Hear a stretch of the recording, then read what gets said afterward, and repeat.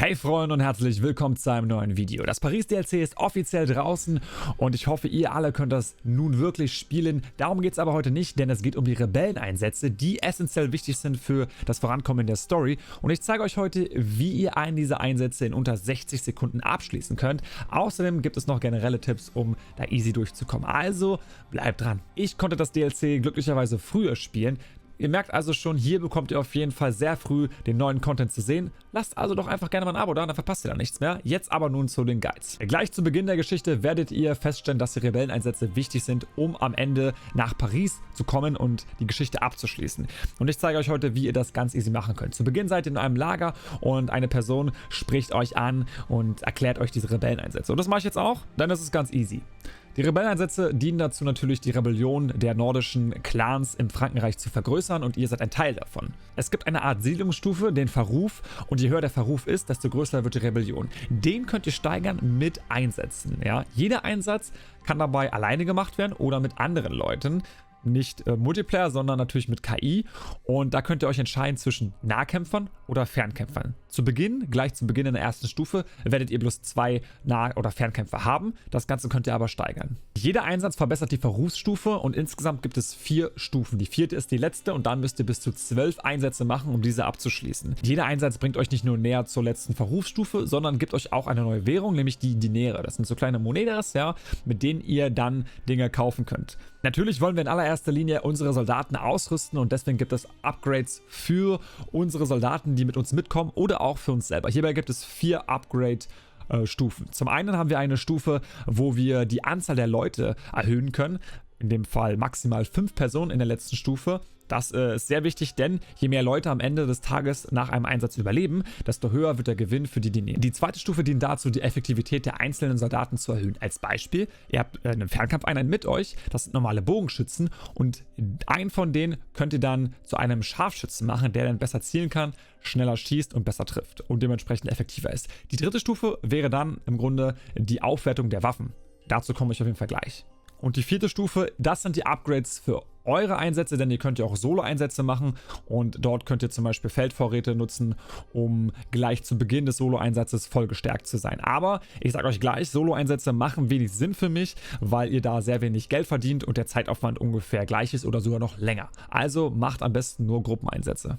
Bevor wir jetzt aber über die Einheiten sprechen, hoffe ich, dass euch das Video gefallen hat, und wenn ja, dann lasst doch jetzt gerne mal einen Daumen nach oben da würde ich mich auf jeden Fall sehr freuen. Und dann machen wir gleich weiter mit den Nahkämpfern, denn die haben verschiedene Stufen. Gleich zu Beginn werdet ihr nur Bauern mit Mistgabeln haben, 2 Stück insgesamt. Und in der 2. Stufe könnt ihr sie upgraden zu Speerträgern. Da gibt es dann natürlich noch eine Effizienzverbesserung. Da wird einer von diesen Speerträgern nämlich zu einem Schwertträger. In der 3. Stufe werden dann diese Speerträger zu Schwertkämpfern mit Schild. Was ganz cool ist, und auch da gibt es ein Effizienz-Upgrade, nämlich einer der Schwertkämpfer mit Schild wird zu einem Elite-Schwertträger. Dasselbe spielt natürlich auch bei den Fernkämpfern. Zu Beginn in der 1. Stufe habt ihr nur Schleuderer, also Bauern mit Schleudern, und die ganzen könnt ihr dann ab Stufe 2 zu Bogenschützen weiterentwickeln, quasi wie ein Digimon, und da gibt es auch ein Effizienz-Upgrade, das macht einen von diesen Bogenschützen zu einem Armbrustschützen, oder 2 sogar, glaube ich, was ganz cool ist. Und in der 3. Stufe gibt es dann keine neue Einheit oder keine neue Waffe, sondern die Möglichkeit, dass die Bogenschützen Feuerpfeile verschießen können, was sehr effektiv ist. Aber dann gibt es ein Effizienz-Upgrade in der Stufe 3, was einen der Bogenschützen zu einem Elite-Scharfschützen macht. Also einen sehr starken Bogenschützen, der sehr gut Aua macht. Und wenn ihr all diese wunderschönen Upgrades gemacht habt, könnt ihr wunderschöne Missionen machen.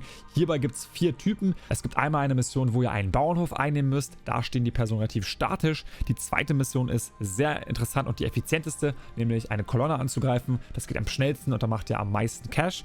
Und die 3. Mission ist dann versteckte Informationen sammeln. Das ist ein bisschen ruhiger. Da müsst ihr schleichen, würde ich euch auch empfehlen, weil die Gegner relativ tough sind, je mehr Leute ihr habt. Und das dauert aber. Und das 4. ist dann einen Hauptmann zu töten, der einzeln unterwegs ist, manchmal aber auch mit seinen Wachen. Meine Empfehlung, wie gesagt, greift die Kolonnen an. Ja, je mehr Leute ihr habt, desto schwerer werden die Gegner, und die Kolonne ist da wirklich am einfachsten, weil die so auf einem Fleck stehen. Das zeige ich euch jetzt nämlich.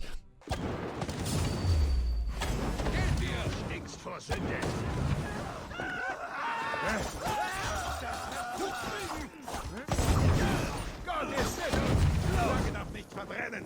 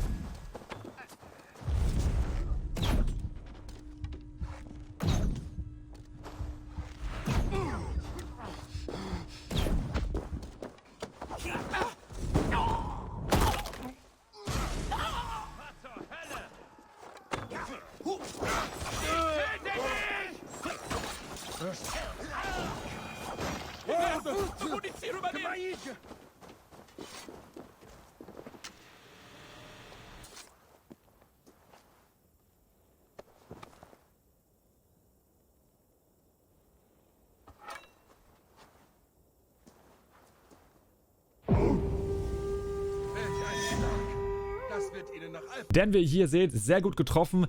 Ihr müsst im Grunde nur euch dem Konvoi von hinten nähern. Ihr braucht die Explosionspfeile und dann müsst ihr einfach 2-3 Mal in die Menge reinschießen. Ja, ihr seht selber, was gerade passiert ist. Die brennen alle nieder und am Ende müsst ihr vielleicht nur noch 2-3 Soldaten töten. Wenn es richtig gut läuft, gar keinen. Und so mache ich das die ganze Zeit. Ist natürlich sehr stumpf, allerdings die effizienteste und schnellste Möglichkeit, alle Rebelleneinsätze abzuschließen und das auf jeden Fall sehr schnell.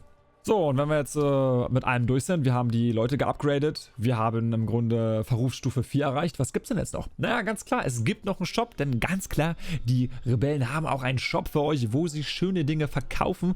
Und da gibt es so Dinge wie zum Beispiel diesen wunderschönen Raben hier oder das Reaper-Set, was ihr wahrscheinlich schon vor Ewigkeiten gesehen habt, weil es gelegt wurde. Das verdient ihr euch auch. Ab Stufe 4 könnt ihr euch dann alle Teile holen. Und Perücken gibt's, es gibt Tattoos und natürlich auch Runen und den klassischen Shop-Kram, den ihr auch in der Siedlung beim Händler kaufen könnt, also Pfeile und Nahrungsmittel. So, ich habe es mal ausgerechnet. Im Grunde, wenn ihr den 4. Gruppeneinsatz macht, 5 Leute dabei habt, die alle auf dem höchsten Level sind, dann bekommt ihr 720 Dinero pro Run. Das heißt also, um alle Shop-Items zu kaufen, inklusive Runen, müsst ihr 14 bis 15 Einsätze machen.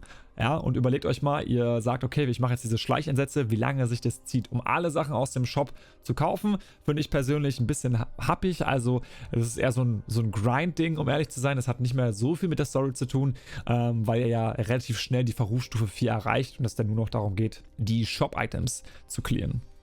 Das waren auf jeden Fall die Rebelleneinsätze. Ich hoffe, das Ganze hat euch gefallen. Ich hau hier auf jeden Fall nochmal ein Video zu meiner Review raus zu dem DLC. Wenn ihr das Ganze noch nicht gespielt habt, dann könnt ihr da getrost reinschauen. Das ist spoilerfrei. Würde ich mich auf jeden Fall freuen, wenn ihr da mal reinschaut. Und sonst würde ich mich auch über eine Glocke freuen. Ich meine, ihr habt ja schon aktiviert. Ey, die haben schon die Glocke aktiviert. Was? Höre ich da die Glocke? Nice. Jetzt heißt es für euch abwarten und Met trinken. Auf dass wir uns im nächsten Video wiedersehen. Bis dahin, euer Eivor.